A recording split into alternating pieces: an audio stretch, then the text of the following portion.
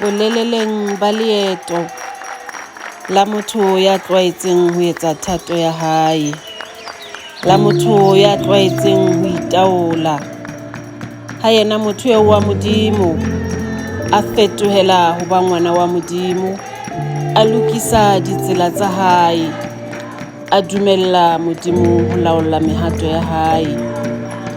O bina sefila, o re lefelleng moo ke tsamayang teng, ho lahleha ba bangata, empa nna ya ntsamaisang e ntse e le Jesu fela, hoba ke yena monga tsela ka sebele.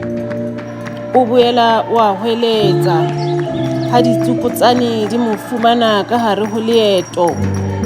O re ho Modimo, ha le phirimile o nneha boroko, ke lala ke mo tshepile hobane o a tshepahala.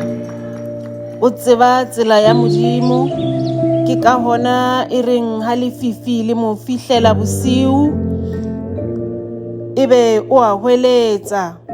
O bona bosiu bo hana ho sa, o bona difefo di mo tsukutla, empa o a tloha, o ya sekgutlwaneng se kgethehileng, o ya sefapanong, o ya lekunutung le morena, ebe o kgantsha lebone la hae, o re ho ya mmopileng, sedi la ka mponesetse tsela, ho lefifi hape ho sebaka, ntsamaise.